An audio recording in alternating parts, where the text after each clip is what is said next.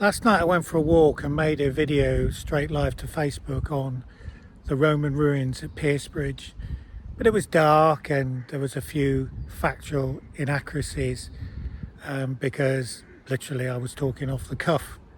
So this is a more informed video about Piercebridge and its place in history through Roman times.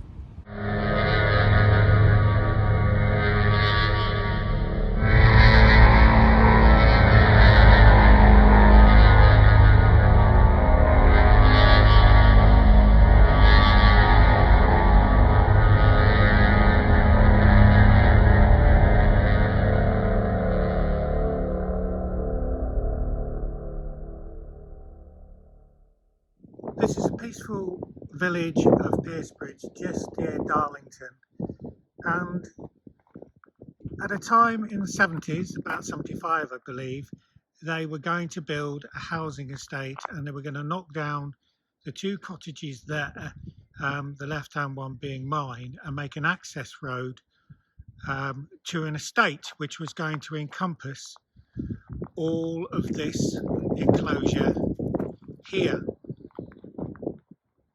But what actually happened is when they dug down about 4 feet, you can see the concrete pillars over there, they started to find traces of Roman activity. So I'm just going to take you around what they discovered. So there's the church. That was Roman, of course. So they discovered, first of all, some stone walls, obviously some form of building foundation, and they discovered a sewerage ditch here.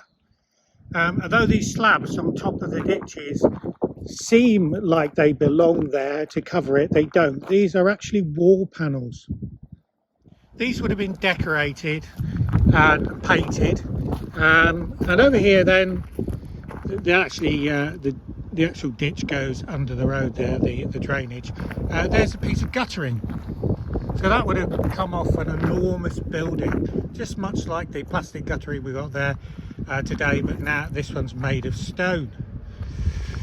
And over here the drainage system for the sewerage continues down, and then we have another piece of guttering, and there's evidence of a big large structure which they believe to be the commander's house, and that's where the commander of the Roman fort would have lived, and there would have been maybe 2 or 3 stories high with a courtyard in the middle, and there would have been bedrooms, living rooms, kitchens, all the things that you would need if you came and stayed, or you were a guest, or you lived in the fort.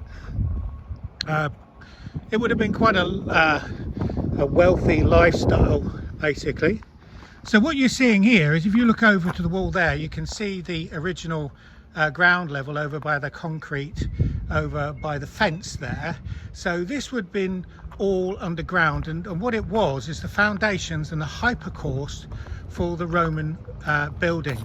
And hypercourse was underfloor heating, basically. So the Romans pumped hot air, or they created fires which through convection pushed heat through the base of the building and gave you underfloor heating. So this is quite vast building. You can see it's going on for quite some time. If you want to have a look at more detail about the intricacies of the hypercourse underneath, then you can see it over here in the little network of flumes and air channels under here. Now the actual commander's house continues under those under that bank there, because in that house you can just see the window of, not the one on the right, the one that's straight ahead, underneath their garden they dug what they were going to use as a patio and found the Roman bathhouse. And in fact the Roman bathhouse, I believe, was there to the 17th century, and then was turned into a chapel. So coming round here then, we have an illustration of what they believe to be the commander's house, with a cutaway section there, and the bathhouse, which is on the corner. And you can see some evidence of the layout of the building. So the hypercourse that you can see is that cross-section piece there. This is a depiction of the Roman fort on the sign just at the entrance.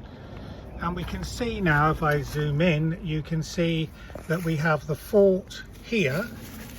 The commander's house that we've already discussed is here. And I've showed you that building first to put it in context. And in front and to the east of it is a double gatehouse. And they believe there was another double gatehouse at the end there, and then several single towers and gatehouses on the way down. One of them was a river entrance. There was a large HQ building in the middle, which would have had the gold vault underneath. And then, because this fort was believed to house heavy cavalry, heavy cavalry auxiliary, they would have had stables, grain stores, and barracks all around here. Now, there would have been a river gate, which was to serve or to have trade coming up down the river, get entrance or access to the fort.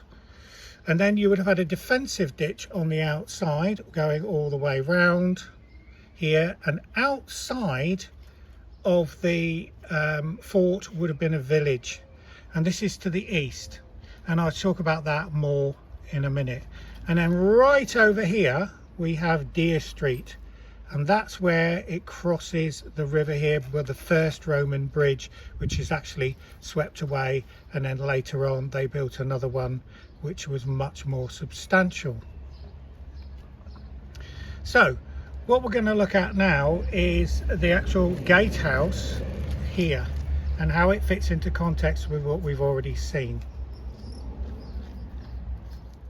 This is an actual illustration of the gatehouse that would have been at Piercebridge, and if you want to see one of these reconstructed, you can go to South Shields. It's the eastern defences, and basically it fits in. You can see it actually there with the red circle where it is. We're right at that entrance now. So if I turn around then and head down here,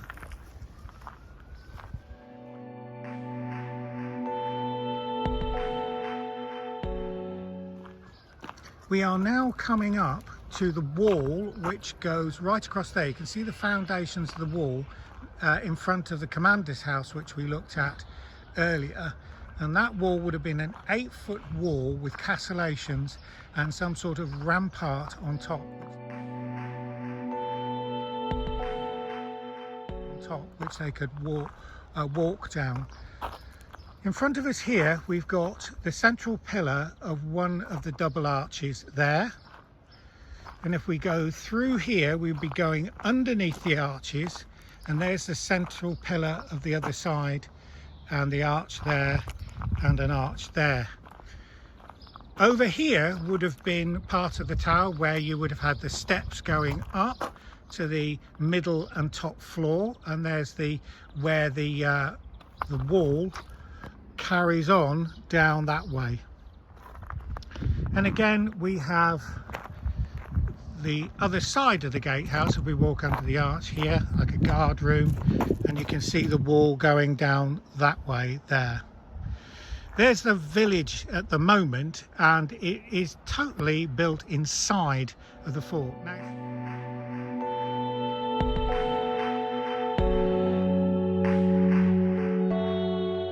Now you see this gravelly bit here. If you can imagine that there was an embankment coming down here, a grass mound, sorry, and anyone from the fort could run up onto the ramparts as quickly as anything, like 3 minutes from any part of the fort, and man defensive positions. So this would have been quite formidable in its time, and I'll try and show you an illustration of that later. So let's go and have a look then at the defensive ditches. These are the defensive ditches. It's been dug out. You can tell that by the change in soil properties how deep they would have been. There's also evidence that there is another part of a ditch down there.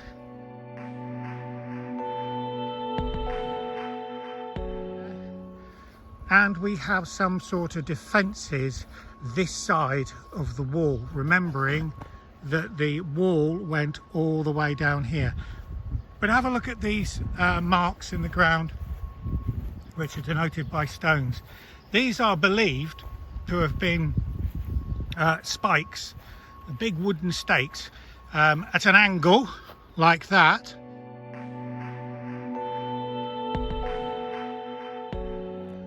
Anything rushed it, they would run into them, but also they would have had natural bramble and defences here, thorn bushes and stuff, to deter anybody from trying to scale the wall. So there were just different defences.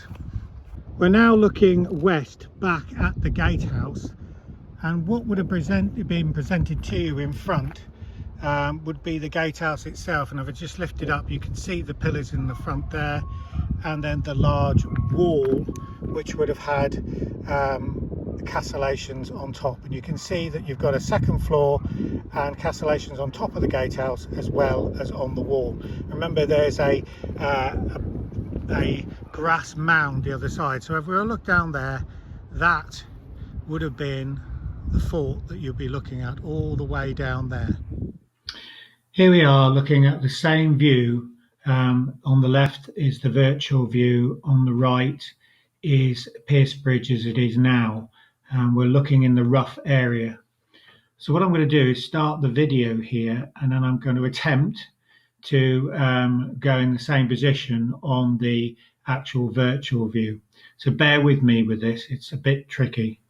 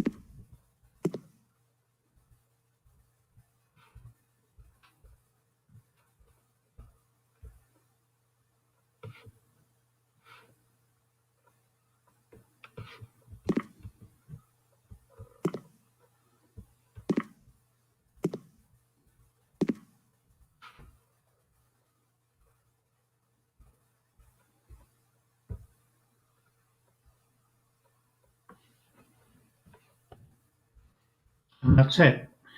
You can see now that we're looking out onto the village itself.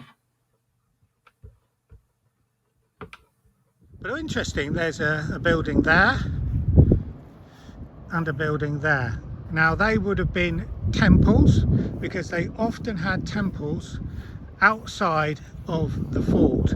But at Vindolanda on Hadrian's Wall is the only one that they've written had their temples inside, and it was manned by the Gauls.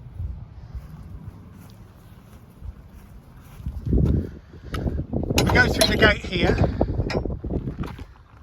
we come to Toss Field, and Time Team came down here and went for a look down the river. There's the Roman ruins behind us there, and there's a Piercebridge there.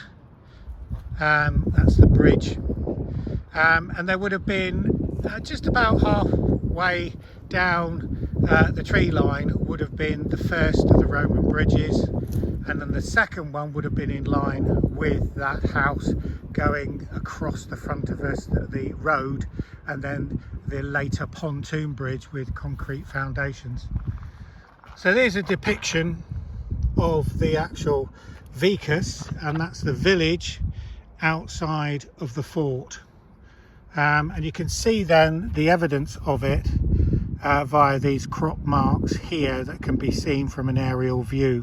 You can clearly see the road system of Deer Street and some intersecting roads where the houses would have been, and the things like brothels and pubs and places that sold all the stores that you would need. Growing industry outside of the fort. Up there is Calbury Bank, and then there is what was a very fast flowing River Tees. A quick costume change now. It's day 2 actually of the filming, and you can see up in the sky there's some clouds and it's slightly spitting with rain, but I'm going to continue our tour around the Piercebridge Roman ruins.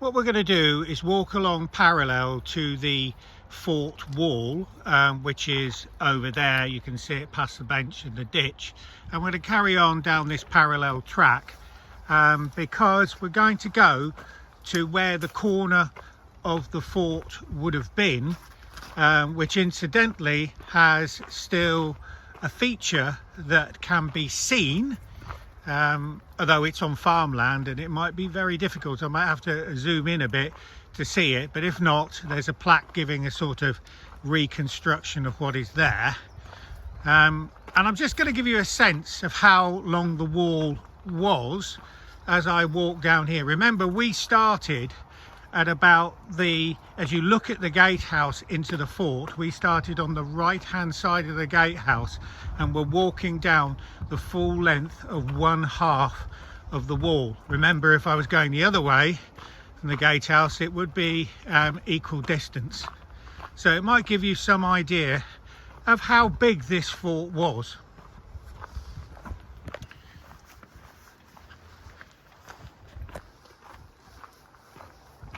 Now, again, there's where the vicus would have been in the field there, and the Roman fort would have been over to the west there. So I'll continue down here. Hello.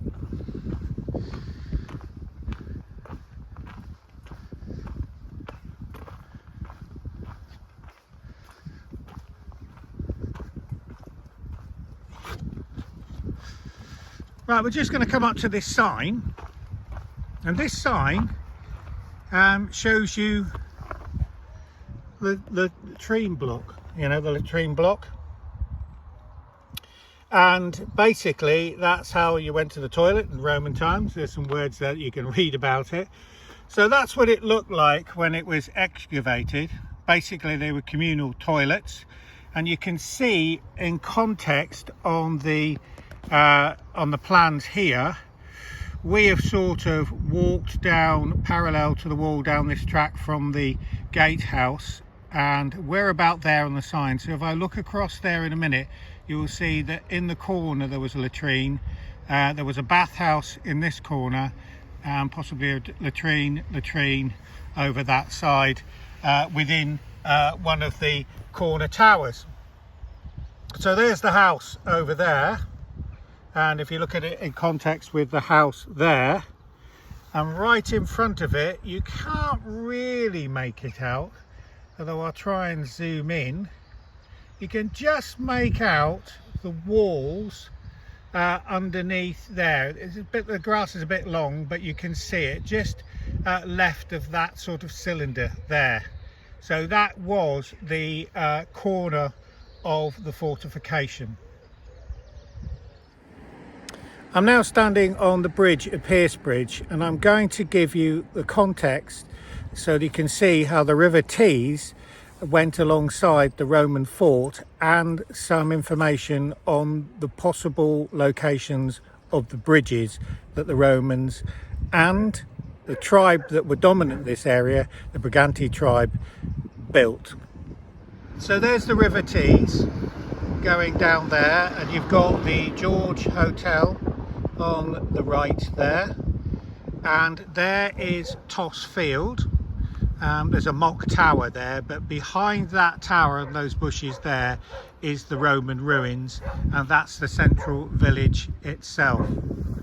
Now if we look out onto the river, you would see, if you roughly draw a line through the hotel and down that hill, down there we can see the stones crossing the river. That is roughly where the Briganti tribe bridge was, and if you look further up you can see the water changes from clear to more rapid, and that was the location of the first Roman bridge.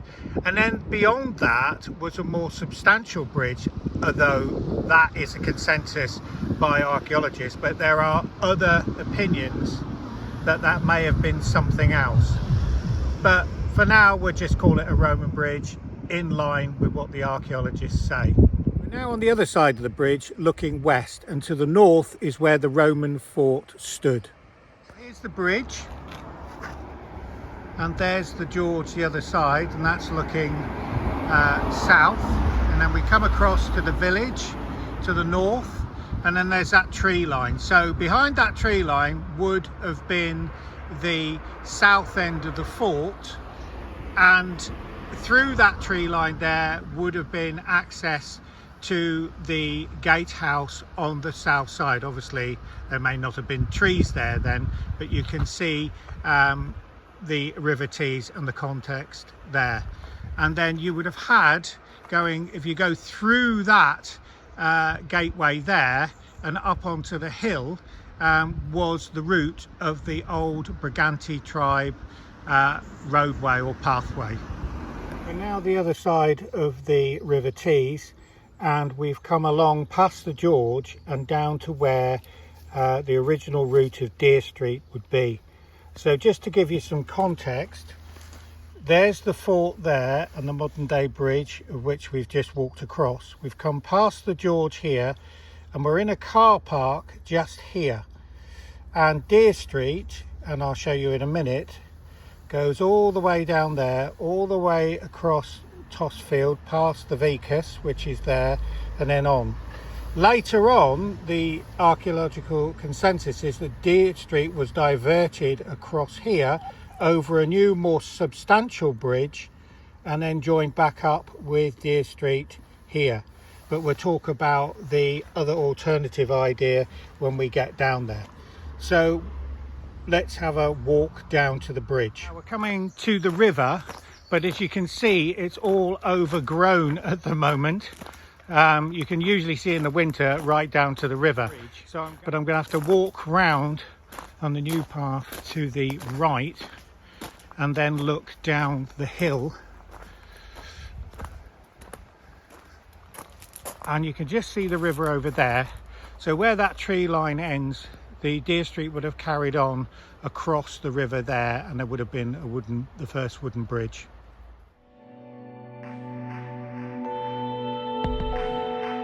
Walk down the river a bit, and this is the location of what is believed the largest pontoon bridge built by the Romans, and you can see the course of it there, and there's a plaque with a reconstruction.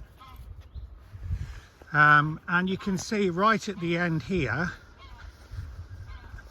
this is believed to be one of the pillars, and the remains of some of the pillars that were the foundation of what would have been a wooden pontoon bridge structure on top. Now this was found when they were digging a quarry in this area, and they discovered this basically. So they believe that the Deer Street was diverted and we are now travelling south, so it would have gone across the field in front of you to join Deer Street, which is along that tree line there, over there, hedge and tree line. And there's a house there, so we're running parallel to it now. So you can see these substantial pillars here, and this area.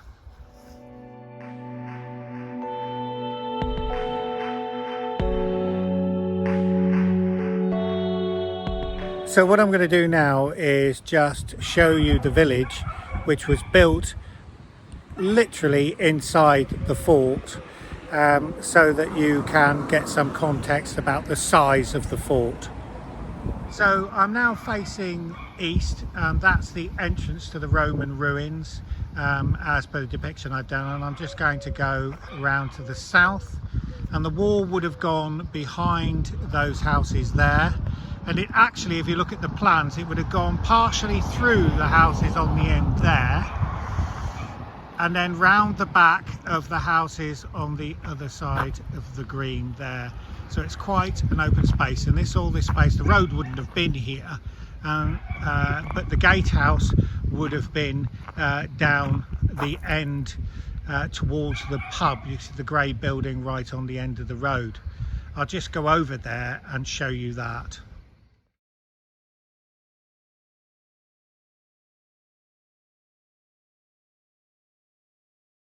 Well, I'm outside the fort now, looking north, and if I turn this round, you can see there's Roman view. And if I walk down back towards the village, I'm heading south, and I would have still been outside of the fort here. And then just in line with where this post office is on my left, you can see there's a blue door there. That is where the gatehouse is thought to have been. So just in front of me there, it would have been a double gatehouse, just like the one depicted earlier in this video.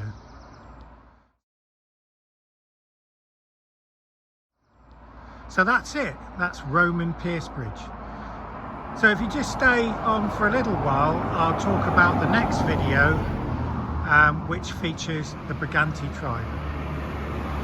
I'm down the road from the Roman fort here. I'm on the north side, and probably the northwest side of the wall, and behind me is the Foxhole, which is the pub that is on the northern end of the village, and if you go south from that down the road, you'll reach the gatehouse. But what I'm here for is first of all to show you behind me the Roman mound there, which depicts or denotes the route of the wall and defensive ditches on the actual northwest side of the fort. You can actually see the corner there, but also I'm going to talk about a village that was just in that field by the end of that sort of mound. There was a Briganti village, and the Briganti tribe were one of the largest tribes. In fact, they were the largest tribe in what we now call Britain. They had territory which went from their border was actually Hadrian's Wall, and I'll talk about the reason for Hadrian's Wall in the next video, and right the way through Northumbria, and it went to Northumbria, and it went across to Lancashire, all of North Yorkshire and Durham, that area there, and also parts of North Wales, which had Briganti tribes. Now, it is believed that the reasons why the first Romans came up here to occupy was because of the Briganti tribe and a very, very tyrannical queen. I say tyrannical, if you've watched Game of Thrones, she's been sort of likened to Cersei on Game of Thrones. I'll give you her name in the next video, but she was maybe around the time or just before Boudica. She's still alive at Boudica time, so the Romans didn't really respond well to women being queens or rulers, but they certainly did protect her. And one of the reasons they came up here was to reinforce her city at Stanwick, which is about 3.5 miles in that in a southerly or southwesterly direction from Piercebridge, which was their capital city. And to give you context of the size, they had a stone wall round their city, the circumference of which was 4 miles. So in the next video, I'm going to talk about the Briganti tribe and the Romans and put this village into context as far as the local tribes were concerned.